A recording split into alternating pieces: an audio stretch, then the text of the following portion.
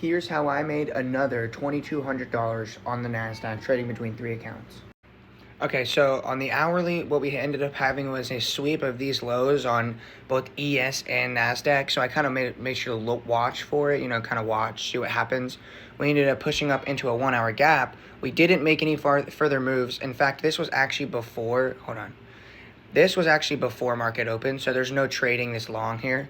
And then we actually ended up moving off the 1 hour gap, which is then what I ended up trading off of. So we have, this is the 5 minute, that purple gap is the 1 hour, and this is a 5 minute gap that we ended up creating basically at market open. I was just watching at market open, trying to see what happens. We ended up making a move, and we actually ended up displacing 2 nice candles to the downside.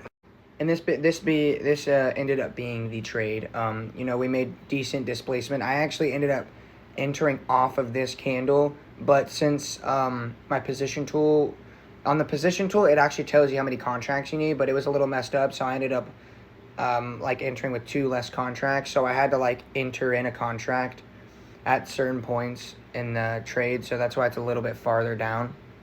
But it ended up hitting TP, you know what I'm saying?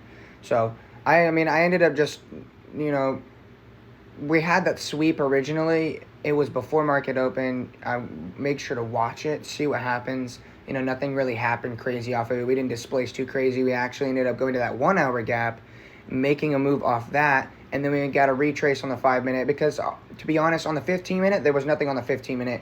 8:30 literally just opened, and we were already moving into the 5 minute gap, and trying to displace out of it, which means that we're probably not going to make any 15-minute moves. So the only thing that I would look at over 5 minute gaps is 15-minute gaps always, but there was none, seeing as how we had just tapped into a gap up here. There's not going to be enough room for a 5 minute fair value gap tap up in here. So 5 minute was the next best thing, and that's what we were moving off of. I made sure to watch it, made sure to wait for displacement. We actually got displacement, 5 minute closure. Boom.